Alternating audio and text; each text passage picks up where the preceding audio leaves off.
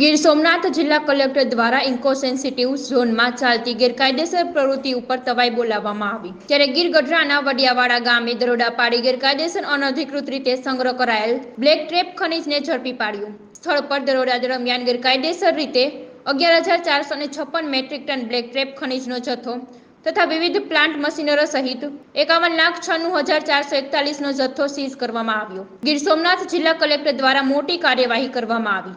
Eco sensitive ઝોનમાં ગેરકાનૂની ખનીજ તંત્ર પર ત્રાટક્યું હતું। ગેરકાનૂની રીતે ઇકો સેન્સિટિવ ઝોનમાં બ્લેક ટ્રેપનો જથ્થો રાખવામાં તેમજ અનધિકૃત રીતે મશીનરી અને પ્લાન્ટ ઝડપાયો।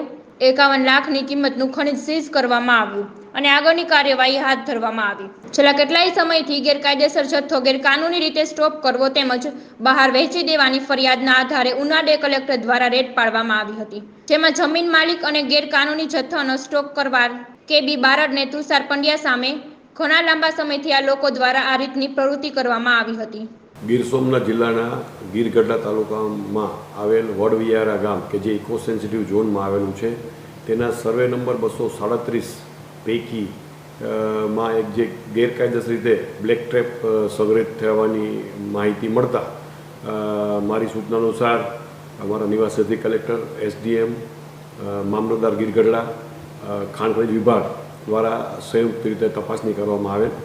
સદરુ જગ્યામાં કોઈપણ મંજૂરી વગર 11,456 મેટ્રિક ટન કે જેની અંદાજિત કિંમત 51 લાખ આસપાસ થાય છે, એ એટલો બ્લેક ટ્રેપનો જથ્થો છે એ સંગ્રહિત થયેલો જોવા મળેલ।